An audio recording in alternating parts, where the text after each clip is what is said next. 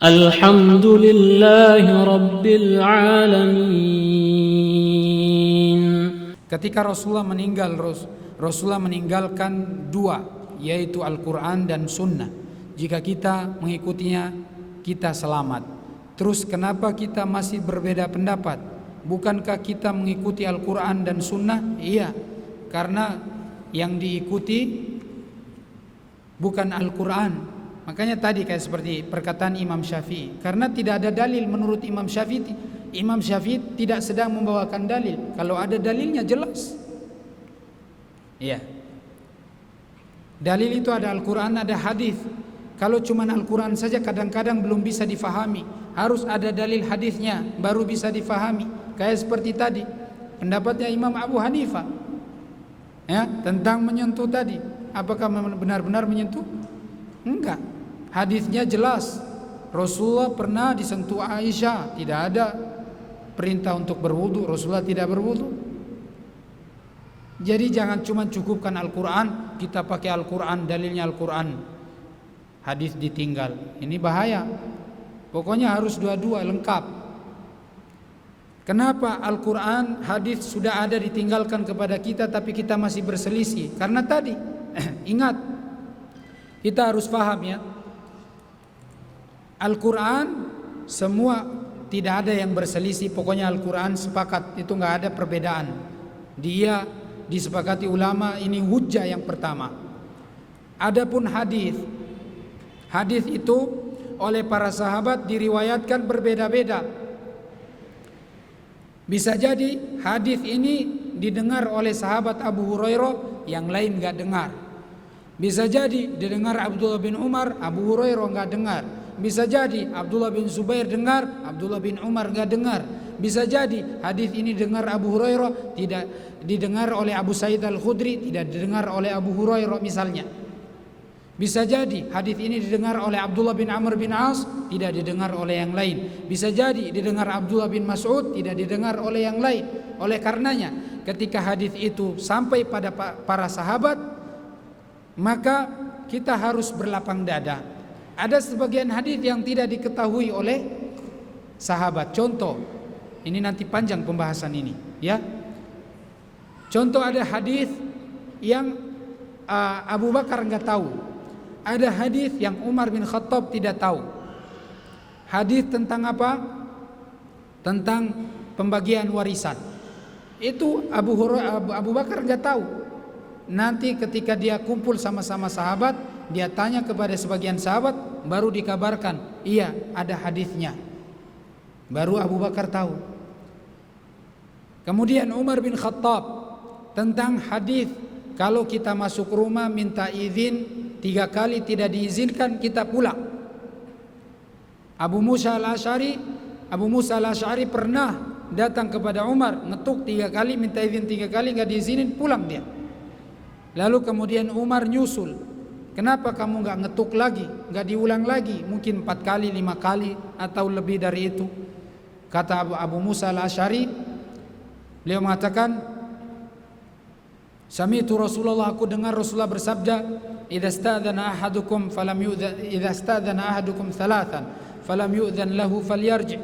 Apabila kalian minta izin di rumah seseorang 3 kali nggak diizinin, nggak dibukakan pintu, pulang. Itu kata Rasulullah. Umar mengatakan, wallahi la tuqimanna alayya bayyina. Kalau begitu saya minta ada sahabat yang lain yang mengatakan seperti engkau. Apakah ada sahabat yang mendengar hadis yang engkau dengar dari Rasulullah? Maka setelah itu dibantu oleh siapa? Ubay bin Ka'ab. Ubay bin Ka'ab mengatakan, iya, itu benar Rasulullah mengatakan begitu. Baru Umar yakin benar. Ini ada hadis yang enggak sampai kepada beliau. Akhirnya mereka berbeda. Setelah Rasulullah meninggal, ya, ini setelah Rasulullah meninggal. Jadi setelah Rasulullah meninggal, para sahabat ada yang di Mesir, ada yang di Yaman, ada yang di Basra, ada yang Madinah, ada yang di Mekah, ada yang di Syam. Masing-masing sahabat di daerah mereka masing-masing itu keilmuannya beda-beda. Abdullah bin Abbas di Mekah, Zaid bin Thabit di Madinah, Abdullah bin Mas'ud di Kufah. Mereka punya perguruan beda-beda, muridnya juga beda-beda. pemahaman juga kadang-kadang beda-beda. Makanya kayak seperti Abdullah bin Abbas yang ada di Mekah, seperti contohnya menafsirkan ayat ini. Lalu misalnya ada Imam Malik di Madinah yang gurunya sebelumnya adalah Zaid bin Thabit, yang pendapat beliau tadi. Kenapa mereka bisa berbeda? Karena bisa jadi hadisnya gak nyampe ke situ. Imam Syafi'i yang ada di mana? Imam Syafi'i lahir di Gaza, dia kemudian ke Mekah, lalu ke Madinah bertemu Imam Malik, lalu ke Yaman, lalu ke Basrah, lalu setelah itu meninggal di Mesir. Dia mundar-mandir kemana-mana. Tapi apakah hadis yang disebutkan oleh Abdullah bin Abbas tadi atau penafsiran Abdullah bin Abbas itu diketahui Imam Syafi'i? Belum tentu. Ya. Belum tentu.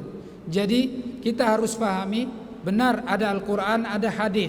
Tapi yang mendengar hadis, kalau Al-Quran sudah nggak ada perselisihan tentang mutawatirnya. Tapi kalau hadis, ada sebagian sahabat mendengar, ada tidak. Maka disitulah terjadi perbedaan penafsiran. Dan para ulama yang meriwayatkan hadis juga demikian. Ada yang meriwayatkan, ada yang tidak. Jadi ada perbedaan penafsiran. Tapi perbedaan mereka itu cuma masalah-masalah kayak seperti fikih begini. Antum berbeda sama Imam Syafi'i, ini tidak sampai mengeluarkan antum dari Islam. Kalau antum mengikuti Imam Syafi'i, misalnya menyentuh seorang wanita membatalkan, ini sebagai bentuk kehati-hatian Imam Syafi'i. Jadi beliau sangat, sebenarnya kalau dibilang kuat, cuman kalau pakai logika kuat memang supaya antum selamat. Tapi Rasulullah prakteknya tidak demikian. Aisyah menyentuh Rasulullah tapi tidak berwudu. Dalil tidak bisa dikalahkan dengan akal atau kekuatan perasaan, gak bisa pakai dalil. Jadi ini yang harus kita pahami. Perbedaan pun kalau seandainya cuma masalah fikih, tidak sampai pada permasalahan yang pokok akidah, maka jangan terlalu dibesar-besarkan. Ya, saya di sini ketika menyampaikan, saya misalnya mengikuti pendapat Imam Abu Hanifah karena memang kuat. Dan di sini juga menuntun kita, membuat kita untuk tidak ta'assub, tidak fanatik dengan satu madhab. Ya, walaupun kebanyakan pendapat Abu Hanifah itu lebih banyak berbedanya dengan pendapat jumhur, Imam Malik, Imam Syafi'i, selalu berbeda. Tapi kadang-kadang beliau benar. Dari sisi dalilnya kuat. Ya, perbedaan cuman masalah fikih. Kalau masalah akidah tidak. Kayak seperti nanti, kayak zikir setelah sholat. Imam Syafi'i mengatakan dikeraskan bagi seorang imam. Tapi kalau imam sudah mengeraskan dan jamaah sudah faham, tidak perlu lagi.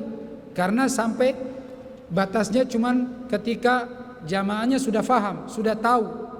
Setelah itu nggak perlu dikeraskan. Karena Rasulullah melakukan itu cuman hal kondisi-kondisi tertentu, tidak terus-menerus dikeraskan. Ya, Rasulullah mengeraskannya cuma kadang-kadang. Sama seperti ketika Rasulullah sholat di atas mimbar. Pernah Rasulullah sholat di atas mimbar? Apakah kita mengatakan ini sunnah lalu kita ikuti Rasulullah sholat di atas mimbar? Beliau sholat di atas mimbar. Ketika mau sujud dia turun dari mimbar, baru sujud di bawahnya mimbar.